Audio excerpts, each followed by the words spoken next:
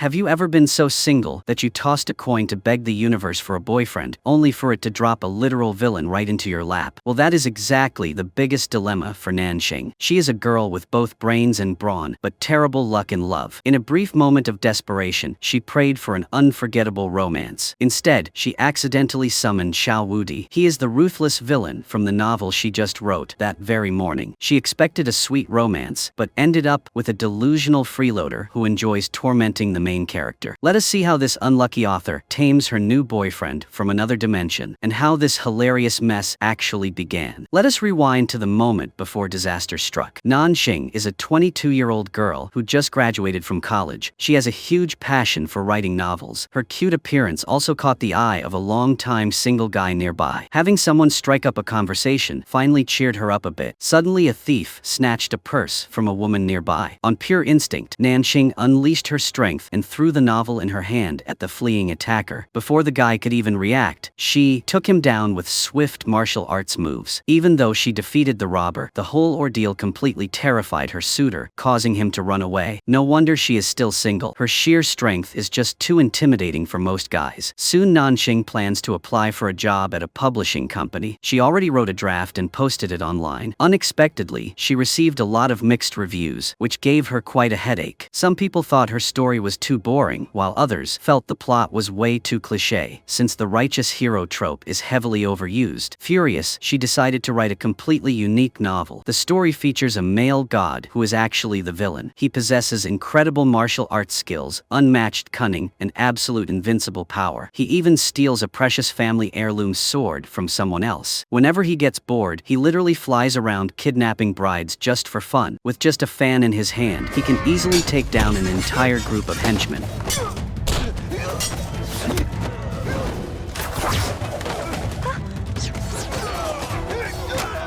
It is a wildly fictional plot featuring the charming Xiao Wudi. She was so absorbed in writing that she did not realize her mother was standing right behind her, reading everything. Seeing the fresh plot, her mom thought it was amazing and believed it would be a massive hit if posted online. However, Nanxing brushed it off as just a rough draft. After all, who writes a novel praising the villain? Meanwhile, her bigger concern is her job interview tomorrow. Following an old tradition, she goes to a fountain to toss a coin and make a wish. Seeing her overly serious face, the local fortune teller gets a bit annoyed. He tells her she needs to be specific so the gods can actually help. He also suggests tossing the commemorative coin she wears around her neck for better luck. She absolutely hates the idea, since the coin has sentimental value. Right then, a sweet couple walks by. Seeing them makes the perpetually single girl feel incredibly lonely. In a moment of weakness, she blurts out that she wants someone to love too. Suddenly, the coin slips from her neck and falls into the fountain. It slowly sinks to the bottom before she can grab it. Unexpectedly, she loses her footing and falls right into the water. Before she can even figure out what is happening, she sees another figure swimming toward her. She notices the guy is quite handsome and dressed in historical clothing, entirely unaware that this is Xiao Wudi, the exact character she wrote about that morning. Slowly, she opens her eyes, thinking it was all just a dream. To her shock, Xiao Wudi is lying right on her lap. Thinking he is on the verge of death, she panics. Left with no other choice, she drags him to the hospital, all by herself. On the way there, she keeps muttering to herself, wondering if true love has finally arrived. She imagines that if she saves this handsome guy, he might just devote his life to repaying her. Soon after, he opens his eyes and hears everything. Realizing he is awake, she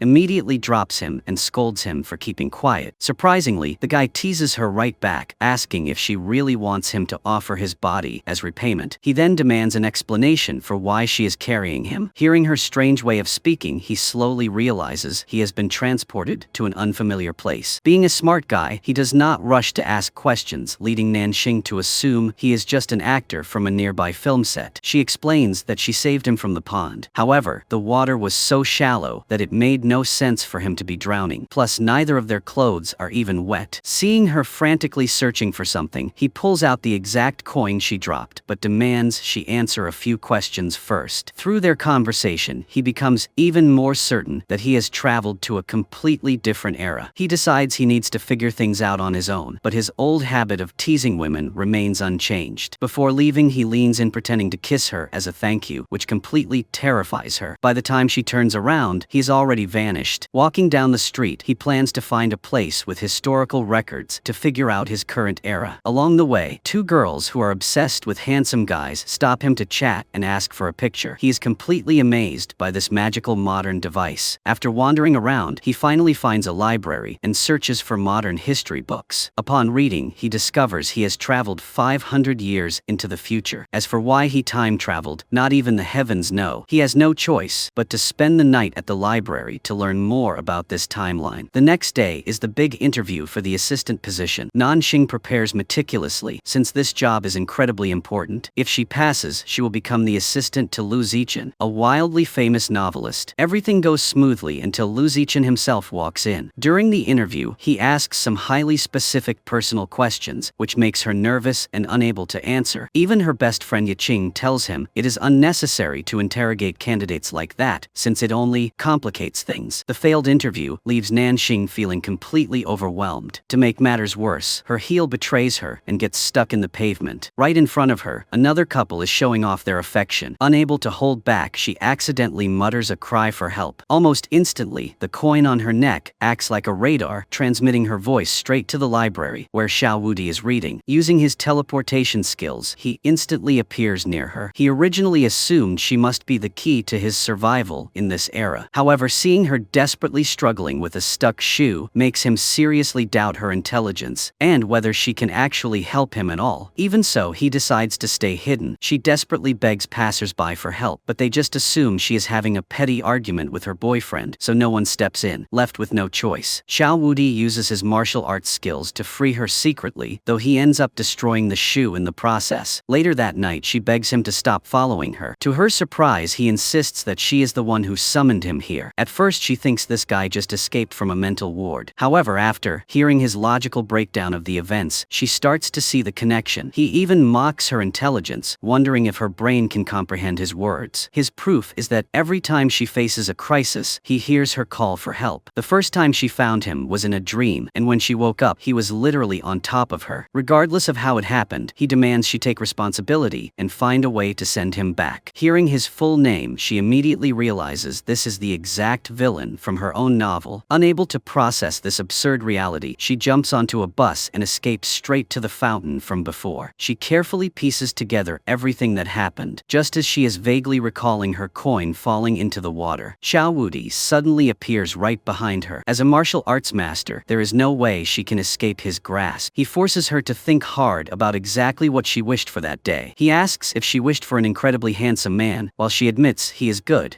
Calling himself incredibly handsome is a bit of a stretch, but thinking back, she remembers wishing for a lover right as her coin fell into the pool. Still, does that even count as a real wish? She tries to reverse it by wishing for him to return to his world. She even tosses the coin back into the water, but absolutely nothing happens. After talking it out, they conclude that since she brought him here through a dream, perhaps dreaming again could send him back. Surprisingly, he forces her to sleep right there on a park bench. If anyone saw them, they would definitely think they were homeless. Unexpectedly, she falls asleep incredibly fast. Almost immediately, she enters a dream state where everything around her is spinning rapidly, except for the fountain. To her shock, the fortune teller from before is there. Realizing he is the one who brought Xiao Wudi to her world, she wants to strangle him. She yells at him, explaining that Xiao Wudi is a ruthless and cunning villain in her story. The old man just brushes it off, saying everyone has flaws and she should just be a little more tolerant. Besides, his magic is limited and he cannot send the guy back anyway. Furious, she picks up a rock ready to fight the old man. He quickly stops her, explaining that Xiao Wudi is her perfect match, which is why he sent him down. He tells her to cherish their time together. With that, he tosses her the necklace and sends her back to reality. Looking at the necklace in her hand, she is completely at a loss. She decides to just abandon him at the park and head home. She wonders if deleting her novel draft online will make him disappear. After hitting delete, she anxiously waits for the results. She is too scared to go outside and check, so she paces around her room in a panic. She figures that even if he is still around, he does not know where she lives. As long as she stays inside, she should be safe. However, later that night, his mysterious silhouette slowly appears at her window. The next morning, she wakes up on the floor, floor, while Xiao Wudi is comfortably sleeping in her bed. It turns out he only pretended to be asleep at the park so he could secretly follow her home. She curses herself for writing him with such a cunning personality. She lies and tells him she did not dream of anything last night. He is highly suspicious because she was definitely in a deep sleep, so he decides he will stay with her every night until she dreams about it again. He even threatens to eliminate her mother if she refuses to let him move in. Coincidentally, her mom shows up right at that moment. With no other options, she agrees to his terms and rushes out to distract her mom. After her mom leaves for work, she has to order a massive amount of takeout for him. He takes just one bite of each dish, making her feel like she is going bankrupt. The villain acts incredibly entitled, claiming that a person is not truly living unless they have 10 different dishes for breakfast. He even orders her to eat his leftovers. She is furious but completely helpless. Next, he uses her bathroom without permission and forces her to wait outside to serve him. After showering, he demands a pair of scissors. Realizing he will be staying for a while, he decides to cut his long hair and dress like a modern person. Since she has no male clothing, she is forced to borrow an outfit from her best friend. Unexpectedly, her friend stops by her apartment and she has to block the door to keep her out. Her friend hears a male voice inside and assumes she is hiding a secret boyfriend. Soon after, he finishes cutting his hair and changes into the modern clothes. However, the outfit is incredibly ugly, making him quite uncomfortable. In a fit of rage, he contemplates taking it out on her right there in the living room. Knowing that just sitting around, waiting for her to dream is useless, he decides to take action. He goes out and sells a valuable antique jade pendant, getting a massive amount of cash in return. Lugging a bag full of money, he walks into a luxury mall to shop. The salesgirl assumes he is just a broke guy from the countryside and ignores him. But after he picks out a pile of designer clothes and pops open his suitcase full of cash, her jaw drops. She immediately orders the staff to serve him tea. Money really does make the world go round, and human nature clearly has not changed over the centuries. Meanwhile, Nanxing is completely unaware of his shopping spree. On her way home, she unfortunately runs into the same purse snatcher from earlier. The guy has been holding a serious grudge. Right at that moment, she gets a call from the company telling her she actually got the job. She is so thrilled she can barely contain herself, but a second later, she is surrounded by a group of bulky thugs. Relying on her martial arts, she fights back fiercely. She might be small, but she is definitely tough. During the brawl, one of the thugs drops a lit cigarette, sparking a sudden fire nearby. Seeing the flames, she completely freezes in terror because her father and brother died in a fire years ago. Just when things look grim, a small stone flies through the air and knocks out one of the attackers. Xiao Wudi appears like a descending god to save her. It turns out she panicked and yelled for help, triggering his teleportation. With just a few effortless moves, he takes down the entire gang. Being rescued from the thugs gives her a sudden flutter in her heart. Soon after the police arrive to clean up the mess and secure the area, she goes to the station to give her statement. To protect his identity, she lies to the cops saying she did not get a good look at her savior. However, the commanding officer insists on finding him, stating that a citizen with such noble character should be recognized. This terrifies her to death. If the police actually find him, how is she supposed to explain his identity? When she gets home, she anxiously checks on him, but of course those low-level thugs could not even leave a scratch on him. Seeing piles of cash, she assumes he just robbed a bank. He casually explains that he sold his antique jade for enough money to live luxuriously for a decade. He also makes it clear that he only saved her because she is his hostage. He points out that every time she summons him, she is in a situation she cannot handle alone and desperately needs a hero. His words give her goosebumps, but she has to admit he is completely right. However, he warns her that if she keeps getting into trouble, he might just have to eliminate the source of the problem. Later, she sets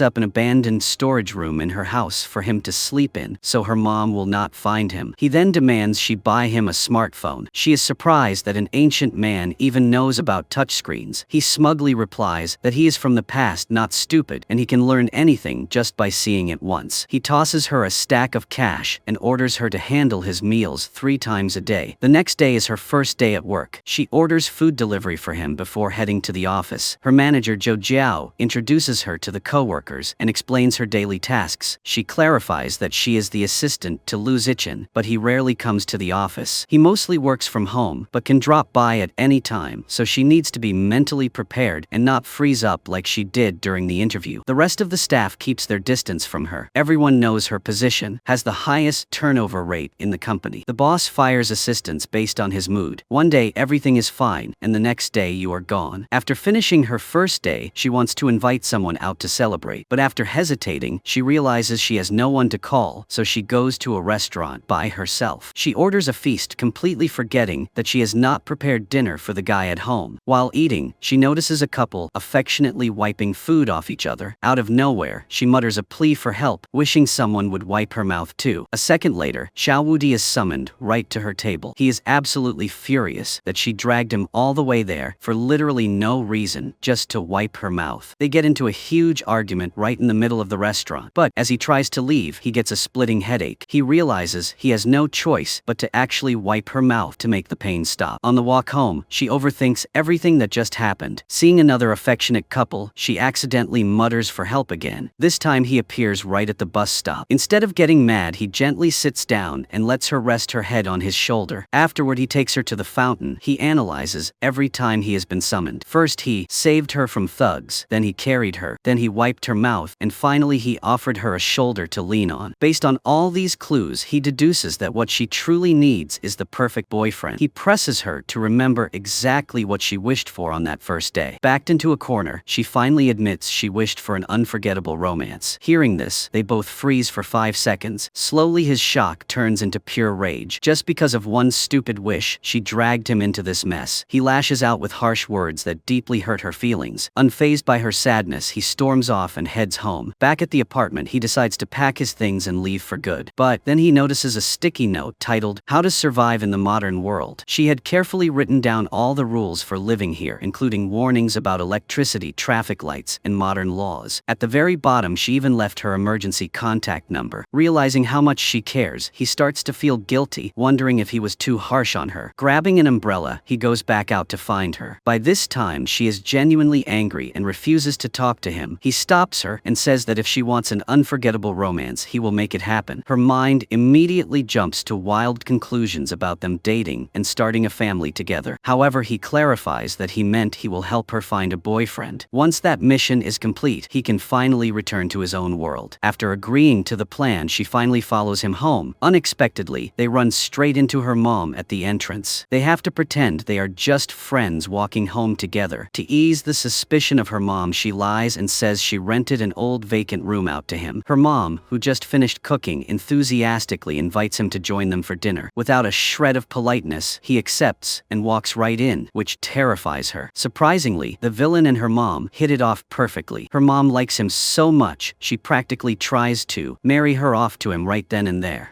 After he leaves the table, her mom cannot stop praising the handsome and incredibly polite young man. Nanxing is completely baffled, wondering how her mother could possibly see this literal villain as a perfect gentleman. Meanwhile, back in his room, he is deep in thought. If he wants to return to his era, he has to quickly find her a boyfriend. So the very next morning, he waits for her outside early in the day. He wants to observe her daily routine to figure out why no guys are interested in her. Early in the morning, she goes to the local gym to buy breakfast for everyone. He notices she is genuinely a kind and well-liked person. The girl who hit on him before notices him again and runs over to chat. Taking advantage of the situation, he asks her what modern men actually look for in a woman. She explains that guys prefer gentle feminine girls who take good care of their appearance. Unfortunately for Nanxing, she completely lacks these traits, which gives him a massive headache. After greeting everyone, she heads to the office to start her day. She is in a great mood and works extremely hard. Everything is going perfectly until the boss suddenly shows up and bumps right into her. He immediately recognizes her as the candidate who could not answer his questions. He questions why human resources even hired her. Facing him again, she loses all her confidence and makes the situation even more awkward. Later, the boss talks to Yiqing about it. She defends her choice, saying the girl has potential and has been a loyal reader for years. She begs him to give her a chance to prove herself. He agrees, but only gives her 1 week. If she does not improve, he will fire her. She realizes that staying dead silent around her boss is a terrible strategy, so she resolves to change her attitude immediately. Unfortunately, she overcompensates, and her behavior becomes so exaggerated that everyone stares at her. Despite the awkwardness, the boss humors her and strikes up a brief conversation to ease the tension before walking away. She is so embarrassed, she wishes the ground would swallow her whole. She spends the rest of the day in a complete daze until her co-workers finally come over to comfort her. While she is assigned to clean the storage room, Zhao Zhao comes in and says someone claiming to be her neighbor is looking for her. She walks out, and sure Sure enough, it is Xiao Wudi. Without hesitation, he drags her out to go shopping and completely changes her style, finally transforming her into someone she can truly be proud of. He picks out an elegant black dress for her. She feels a bit uncomfortable in this style, but goes along with it anyway. Then he actually makes her wear a wig. Soon after, he brings Nanxing to a massive blind date he set up in advance. Over a dozen men are already there waiting, and the sight completely freaks her out. It turns out, Xiao Wudi used her photos to create a dating profile. He heavily edited her pictures to make her look like a gorgeous princess, so she naturally grabbed a lot of attention. She wants to leave right away, but he threatens to reveal his true identity to her mom. Left with no choice, she has to meet with every single guy just to keep him happy. The problem is the men he invited have some major flaws. The whole situation leaves her feeling incredibly discouraged. Honestly, not a single one of them catches her eye. A moment later, a perfectly timed phone call comes in to save the day. Yiqing calls and asks her to go to Lu Zichen's house to pick up a manuscript. Hearing that she gets to visit her idol's home is all the motivation she needs. She ditches the dating event right then and there. Xiao Wudi is not happy about this at all. He thinks she is way too picky and her standards are entirely too high. She fires back saying that just because she is single does not mean she lacks personal standards. If she settles now, who is going to look out for her in the future? She turns the question on him and asks if he is going to take care of her. With that, she just turns around and walks away. Later that day, she arrives at the house, but no one answers the door. She remembers exactly what Ye Qing told her earlier. If no one is home, she should just enter the passcode and grab the document. She lets herself in and finds the precious manuscript. She feels a huge sense of pride, knowing this text will be incredibly popular once it gets published. But just as she is about to leave, she notices something peeking out from the bathroom. However, when he leaves the room, he spots something suspicious lurking in the bathroom. As he steps closer, the terrifying sight makes Nanxing scream in absolute horror. Her scream instantly summons Xiao Wudi to her side. Calmly, he walks in and turns on the light to check on Lu Zichen. It turns out the boss merely fainted from sheer exhaustion, and the horrifying red stuff is just rose bath salts. When Lu Zichen finally wakes up, he is quite startled to find a stranger in his house. He realizes he was unconscious and they saved him. But as Nanxing talks to her boss, she keeps stumbling over her words. This strange behavior does not go unnoticed by Xiao Wudi. Once they are outside, he bluntly asks if she has a crush on her boss. Even though she fiercely denies it, he is completely convinced his theory is right. He challenges her, asking why she does not try to seduce the boss, unless she simply lacks the charm. Feeling insulted, she decides to test her charm on Xiao Wudi to see his reaction. Her sudden flirtation actually makes him pale, and his heart skip a beat, but she mistakenly assumes he felt absolutely nothing. On the way home, Xiao Wudi cannot stop thinking about what just happened. How on earth could he actually feel something for Nanxing? Right now, his top priority is figuring out a way to make Lu Zichen fall for her. But as they arrive home, they are caught red-handed by her mother. The mom is absolutely certain that there is something going on between them. Later, Nanxing carefully brings over a stack of Lu Zichen's novels for him to read. She handles them with extreme care, terrified he might wrinkle a single page. After pulling an all-nighter reading them, he has come to a few conclusions. He calls her over to show her a detailed analysis board he created. He investigated Lu Zichen's parents and all his social connections. Know your enemy and you will win every battle. By analyzing the novels, Xiao Wudi figured out the boss's exact type. He likes women straight out of his stories, around